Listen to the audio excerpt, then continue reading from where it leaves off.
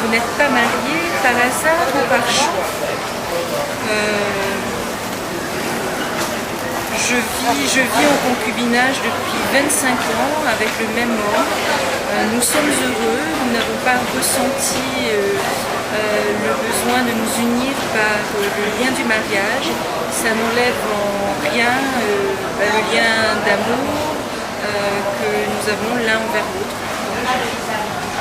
Question de Teiki. Quel est l'homme ou la femme politique qui a le plus de crédit à vos yeux? Alors, ça concerne la Polynésie ou... Oui. Ça concerne la Polynésie. Quel est l'homme ou la femme politique qui a le plus de crédit à vos yeux? Tu vas répondre moi. Oh, je plaisante. Je plaisante. Non, je pense que je ne veux pas citer de nom parce qu'on n'est pas là non plus aussi pour juger les uns et les autres. Mais je crois que dans notre pays, il y a effectivement ceux qui ont pu faire et défaire les majorités, faire l'instabilité, mais il y a aussi des gens qui sont honnêtes, des gens qui s'engagent pour le pays. Donc voilà, il y a ceux-là, oui, ils existent également, malheureusement, ils ne sont peut-être pas suffisamment nombreux. Question de Haji. Avez-vous eu parfois des attaques ou des moments difficiles dans votre parcours politique en tant que femme? Alors oui, la vie politique n'est pas un long fleuve tranquille, loin de là. Les moments difficiles, ça a été vraiment après le Taoui de 2004. Je regrette en rien les décisions que Noé Tenouna a pu prendre, que j'ai pu prendre. J'estime encore aujourd'hui que l'alternance était nécessaire. Par contre, j'ai subi des attaques terribles sur ma vie privée, sur ma personne. J'ai pu être jetée en pâture dans une certaine presse. Je l'ai très mal vécu, mais c'est aussi aujourd'hui ce qui fait que je me suis faite une carapace et qu'aujourd'hui ça me touche un peu. Question de Christian. Que se passe-t-il dans ta tête le soir du 23 mai 2004 lorsque tu t'aperçois que tu peux apporter la majorité soit au camp orange, soit au camp blanc?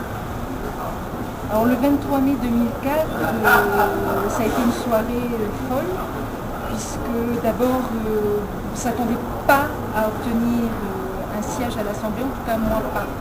Donc il y a d'abord eu ce décompte des voix, l'annonce des sièges archipel par archipel, et puis tout d'un coup la surprise de voir que Noé Tenouna obtenait un siège. Et je n'ai pas immédiatement pris conscience de la situation dans laquelle on allait être. C'est en étant sur le plateau d'RFO que j'ai pris conscience de la difficulté dans laquelle on allait entrer.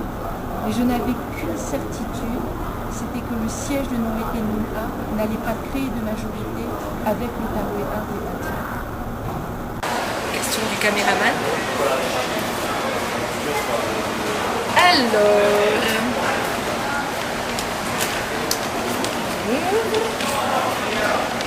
Tu as été ministre de Guest en France. Raconte-nous une anecdote de cette époque, ton départ par exemple.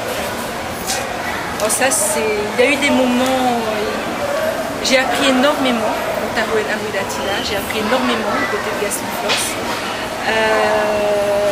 Je reconnais que c'est quelqu'un qui a une capacité de travail incroyable, extrêmement exigeant envers ses collaborateurs. Donc, je veux dire, même en termes de compétences professionnelles, j'ai développé énormément.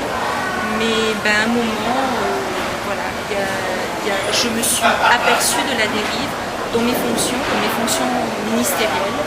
Et c'est vrai que le jour de ma démission, je ne l'oublierai bien évidemment jamais, puisque tout le monde était tétanisé autour de la salle du Conseil des ministres. Et je me suis même pas, j'ai pas eu besoin de réfléchir.